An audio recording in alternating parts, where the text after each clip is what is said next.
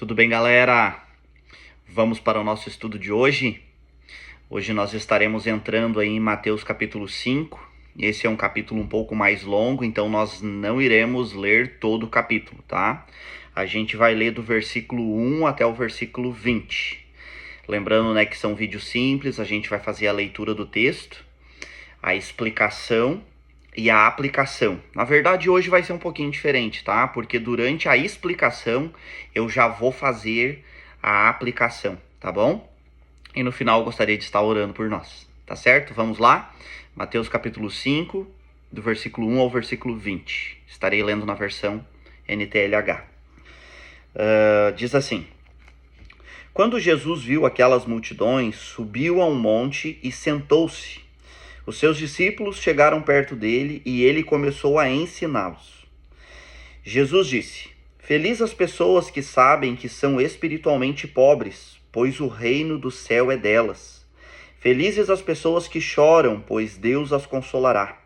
Felizes as pessoas humildes, pois receberão o que Deus tem prometido. Felizes as pessoas que têm fome e sede de fazer a vontade de Deus, pois ele as deixará completamente satisfeitas. Felizes as pessoas que têm misericórdia dos outros, pois Deus terá misericórdia delas. Felizes as pessoas que têm o coração puro, pois elas verão a Deus. Felizes as pessoas que trabalham pela paz, pois Deus a tratará como seus filhos. Versículo 10. Felizes as pessoas que sofrem perseguições por fazerem a vontade de Deus, pois o reino do céu é delas. Felizes são vocês quando os insultam, perseguem e dizem todo tipo de calúnia contra vocês por serem meus seguidores.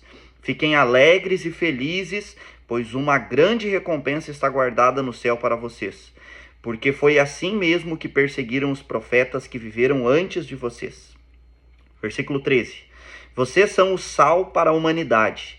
Mas se o sal perder o gosto, deixa de ser sal e não serve para mais nada. É jogado fora e pisado pelas pessoas que passam. Vocês são a luz para o mundo.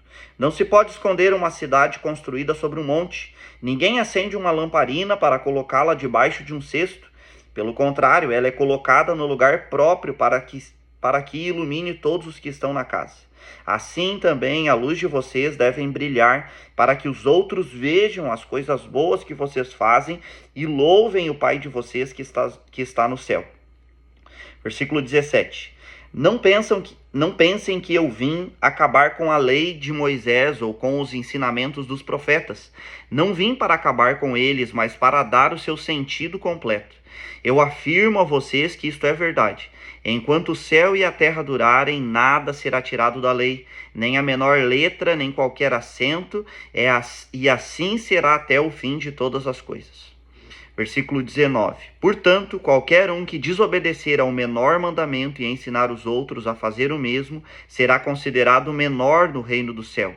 Por outro lado, quem obedecer à lei e ensinar os outros a fazerem o mesmo, será considerado grande no reino do céu. Pois eu afirmo a vocês que só entrarão no reino do céu se forem mais fiéis em fazer a vontade de Deus do que os mestres da lei e os fariseus. Até aí. Então, gente, no capítulo 5 dá início ao que nós chamamos de o Sermão do Monte ou Sermão da Montanha, que é um dos maiores sermões de Jesus, tá? Ele começa no capítulo 5 e ele vai até o capítulo 7. Então, nos próximos vídeos nós estaremos falando sobre esse grande sermão de Jesus, né? E o versículo 1, ele é exatamente a continuação do capítulo 4, tá? Se vocês quiserem dar uma olhada no finalzinho do capítulo 4, vocês irão perceber que Jesus, ele passa a ser seguido, então, por uma grande multidão. E no versículo 1, então, Jesus, vendo essa grande multidão, ele sobe no monte, os seus discípulos se aproximam dele, e ele, então, começa a ensiná-los, tá? Primeira coisa, o Sermão do Monte é para os discípulos de Jesus. E isso se aplica a nós, né? Porque nós somos, ou pelo menos devemos nos esforçar para ser, né, seguidores de Cristo. Devemos nos esforçar para caminhar nas pegadas de Jesus, imitar os comportamentos de Jesus, as atitudes de Jesus, né? Enfim, nos tornarmos parecidos com ele. Então isso é para nós também, tá? E Jesus dá início ao que nós também chamamos, né, de as bem-aventuranças. São 9 bem-aventuranças, tá? Onde ele vai falar, bem-aventurado é o homem, bem-aventurado é o homem. Na tradução NTLH, ela já traduz, tá? Então ela vai dizer, felizes as pessoas, tá? Porque bem-aventurado significa felizes, favorecidos por Deus. Então eu vou passar com vocês rapidamente as 9 bem-aventuranças, tá? Então na primeira ele vai falar sobre sobre as pessoas que são espiritualmente pobres, e ele vai dizer, felizes são vocês.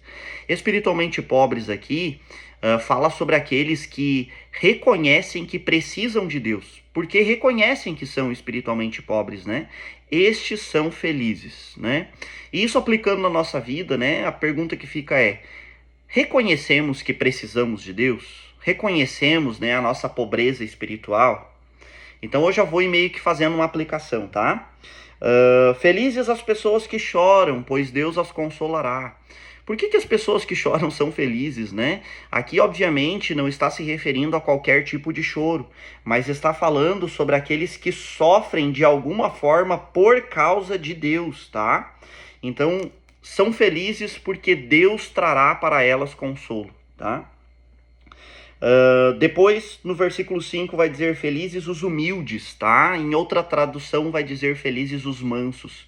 Se refere a uma pessoa que ela tem força, ela pode fazer algo a respeito em alguma situação, mas ela decide não usar de força para isso.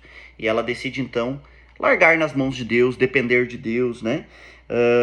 E Deus, então, promete que elas receberão o que Deus tem prometido. Em outra tradução vai dizer, né, que delas é o reino. Por quê? Porque Deus nos promete o reino, né? Então o que Deus tem prometido é o reino para nós e o reino é destas pessoas. No versículo 6 vai falar sobre as pessoas que têm fome e sede de fazer a vontade de Deus, ou fome e sede de justiça, né? A pergunta que fica é, nós temos fome e sede de fazer a vontade de Deus? Queria que você pensasse aí, né? Quando você está com muita fome, quando você está com sede. Você tem esse mesmo desejo de fazer a vontade de Deus, né? Por que essas pessoas são felizes? Porque Deus as satisfará. Deus irá satisfazer, e o satisfazer aqui é de se sentir satisfeito, ou seja, elas querem ver a vontade de Deus sendo feitas, e Deus promete que elas verão a vontade de Deus sendo feitas, né? E desta forma, então, elas se sentirão satisfeitas. No versículo 7, felizes as pessoas que têm misericórdia dos outros, pois Deus terá misericórdia delas. Então aqui a gente vê meio que a lei da semeadura, né? A pessoa, ela planta misericórdia na vida dos outros e ela colhe da parte de Deus misericórdia, né? Somos misericordiosos? Fica a pergunta, né? Quando alguém te faz alguma coisa que essa pessoa é digna de ser punida, de punição, você exerce misericórdia, né? E a Bíblia nos diz que se nós exercermos misericórdia, nós receberemos de Deus misericórdia, né? Versículo 8, felizes as pessoas que têm um coração puro, pois elas verão a Deus. A palavra coração aqui, ela pode ser traduzida como mente, tá? Então, na maioria das vezes que ela aparece nas escrituras, ela deve ser, na verdade, traduzida como mente.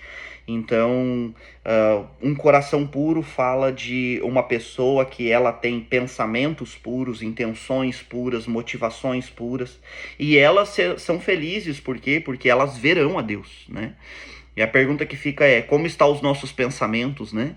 Os nossos pensamentos estão puros ou não, né? Depois, versículo 9, felizes as pessoas que trabalham pela paz. Numa outra tradução vai dizer, felizes, bem-aventurados os pacificadores, né? Quem são os pacificadores? São aqueles que trabalham pela paz mútua, né? Ou seja, quando vem duas pessoas brigadas, você procura trazer a paz, você luta pela reconciliação, né? Eu queria pintar um quadro aqui. Imagina que alguém chega para você falando mal de outra pessoa, bravo com outra pessoa. Como você age? Você trabalha pela paz mútua, né? Ou não?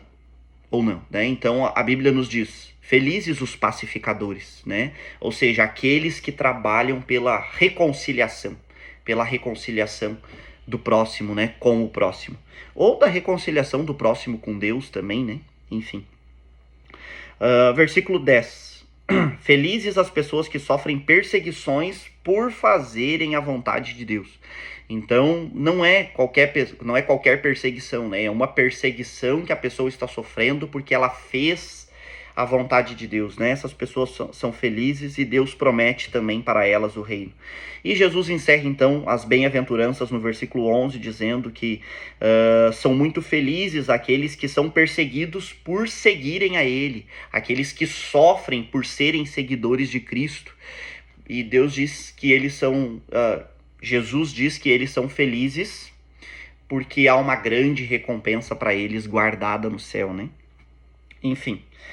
Depois ele fala sobre o sal e a luz do mundo, né? E ele diz, vocês são o sal, vocês são a luz. Qual é o papel do sal? O papel do sal é temperar, é dar sabor, né? Qual é o papel da luz? É iluminar, né? Ele chega a dizer, ninguém acende uma luz e coloca ela debaixo de um cesto. Não faz sentido, né? Onde que nós colocamos a luz? Num lugar central da casa para que ela ilumine a todos, né? Então nós somos chamados a ser luz na vida das pessoas, né? Estarmos ali presentes, iluminando as pessoas. Nós somos chamados a ser sal, ou seja, a temperar, a dar sabor, a conservar. O sal também conserva, né? E a pergunta que fica é, né? Nós temos sido sal e luz na vida das pessoas? Nós temos dado sabor a vida das pessoas, e não é o nosso sabor, é o sabor de Cristo, né? É a luz de Cristo. Depois Jesus, então, encerra falando sobre a lei, aonde ele vai falar no versículo 17, 18, que ele veio dar sentido à lei. E Jesus, ele é o cumprimento da lei, né?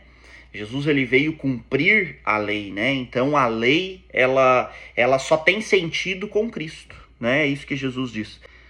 E depois no versículo 19 e 20, se vocês perceberem, Jesus está fazendo uma crítica aos mestres da lei e aos fariseus, né? No versículo 20 diz assim, pois eu afirmo a vocês que só entrarão no reino do céu se forem mais fiéis em fazer a vontade de Deus do que os mestres da lei e os fariseus.